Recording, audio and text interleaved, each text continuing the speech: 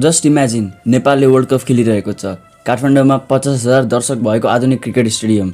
नेपाली खेलाडीहरू आइपिएल, बिबिएल, पिएसएलमा खेलिरहेका छन् र त्यो परिवर्तन सुरु भयो एक निर्णयबाट, एक नयाँ नेतृत्वबाट। यदि बालन शाह नेपालको प्रधानमन्त्री बन्यो भने के नेपाली क्रिकेटको भाग्य नै बदलिन्छ त? आज हामी कुरा गर्नेछौँ नेपालको राजनीति, खेलनीति र क्रिकेटको भविष्यको बारेमा। सबभन्दा पहिले वास्तविकता बुझौँ। नेपाल क्रिकेट आज कहाँ छ? ODI status, world cup qualifier खेल्दैछ, एसियामा इमर्जिङ टिम। तर समस्या के छ त? पहिलो समस्या इन्फ्रास्ट्रक्चर कमजोर। नेपालमा इन्टरनेसनल स्तरको स्टेडियम कतिवटा छ त? TU ground, Mulpani cricket ground, त्यो पनि इन्कम्प्लिट। वर्ल्ड क्लास स्टेडियम अझै छैन। अनि अर्को कमजोरी चाहिँ डोमेस्टिक लिग कमजोर। इन्डियामा आइपिएल, अस्ट्रेलियामा बिबिएल, पाकिस्तानमा पिएसएल, तर नेपालमा एनपिएलको कन्सेप्ट, नियमित प्रोफेसनल स्ट्रक्चर अझै पनि छैन। नम्बर 3मा प्लेयर डेभलपमेन्टमा समस्या। ट्यालेन्ट छ तर ट्रेनिङ सिस्टम कमजोर। रुरल एरियाजबाट ट्यालेन्टहरू आउनै पाएको छैन। अब कुरा गरौँ किन धेरै मानिसहरू भन्छन् कि यदि बालन शाह प्रधानमन्त्री भयो भने नेपालको सिस्टम चेन्ज हुन्छ। फर्स्ट कुरा गभर्नेन्स स्टाइल। काठमाडौँको मेयर बनेपछि उनले के देखायो भने fast decision making, digital governance, anti corruption image. यही अप्रोच यदि स्पोर्ट्समा आयो भने स्पोर्ट्सको बजेट, इन्फ्रास्ट्रक्चर, लिग सिस्टम सबैमा सुधार आउन सक्छ। आरएसपीको भिजन। राष्ट्रिय स्वतन्त्र पार्टीको म्यानिफेस्टोमा के कुरा देखिन्छ भन्दाखेरि सिस्टमको reform, youth focused policy, transparency. Sports मिनिस्ट्रीबाट राम्रो सपोर्ट भयो भने क्रिकेटको डेभलपमेन्ट धेरै नै फास्ट हुन्छ। अब सबैभन्दा इन्ट्रेस्टिङ पार्ट, यदि नयाँ सरकार आयो भने क्रिकेटमा के परिवर्तन हुनसक्छ त? Number 1 international stadium.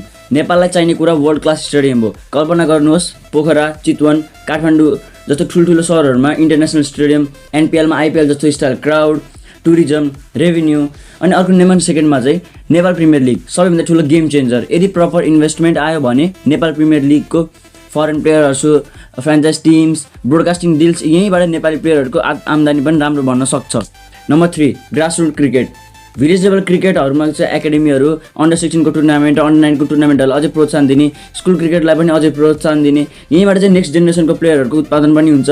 Number 4 foreign league access. यदि गभर्मेन्ट स्पोर्ट्स डिप्लोमेसी गर्यो भने चाहिँ नेपाली प्लेयरहरूलाई चाहिँ आइपिएल खेल्न सक्ने, बिबिएल खेल्न सक्ने, पिएसएल खेल्न सक्ने, आइएल T20 खेल्न सक्नेमा खेल्न सक्ने सम्भावना पनि बढ्न सक्ने हुन्छ। अब number 5 sports economy. Sports equals to economy पनि हुन्छ। क्रिकेटबाट टुरिज्म, स्पोन्सरसिप, मिडिया राइट्स भयो भने चाहिँ अरबौँको इन्डस्ट्री यो क्रिकेट चाहिँ बन्न सक्छ नेपालमा चाहिँ है। अब रियालिटी बुझौँ। पोलिटिकल चेन्ज मात्रले पनि खेल बदलिने होइन। प्रब्लम्सहरू धेरै छ यहाँ। क्रिकेट एसोसिएसनको पोलिटिक्स, बजेट लिमिटेसन। यदि सिस्टम चेन्ज भएन भने पिएम बदलिए पनि तर क्रिकेटको स्तर जस्ताको तस्तै हुन्छ। मेरो एनालिसिसमा चाहिँ के भन्छु भन्दाखेरि म यदि अब स्टेबल गभर्मेन्ट त हुन्छ नि जस्तो लाग्यो, किनभने अब राष्ट्रिय स्वतन्त्र पार्टीको होइन। अनि अर्को कुरा स्पोर्ट्स पोलिसीलाई चाहिँ प्रायोरिटाइज गर्यो भने चाहिँ, करप्सन कम भयो भने चाहिँ 10 वर्षमा नेपाल एसियाको ठुलो क्रिकेट नेसन बन्न सक्छ। इन्डिया पछिको ओडिआई स्ट्याटस छ तर त्यसपछि टेस्ट स्ट्याटस पाउन सक्ने, वर्ल्ड कप क्वालिफायर खेल्न आउँछ, त्यसको सट्टा रेगुलर पार्टिसिपेसन होइन। अब क्वेसन तपाईँहरूलाई, यदि बालन शाह प्रधानमन्त्री भयो भने के नेपाल क्रिकेटको भविष्य चाहिँ बदलिन्छ त? कमेन्टमा लेख्नु होला यस अर नो। यदि भिडियो मन पऱ्यो भने यहाँ नेपाल क्रिकेटको अपडेट या जुनसुकै देशको क्रिकेट अपडेटको लागि पनि भिडियोलाई लाइक गर्नु होला, च्यानल सब्सक्राइब गर्नु होला र सेयर गर्नु होला साथीहरूमा। अर्को भिडियोसम्मको लागि बाई बाई, जय नेपाल।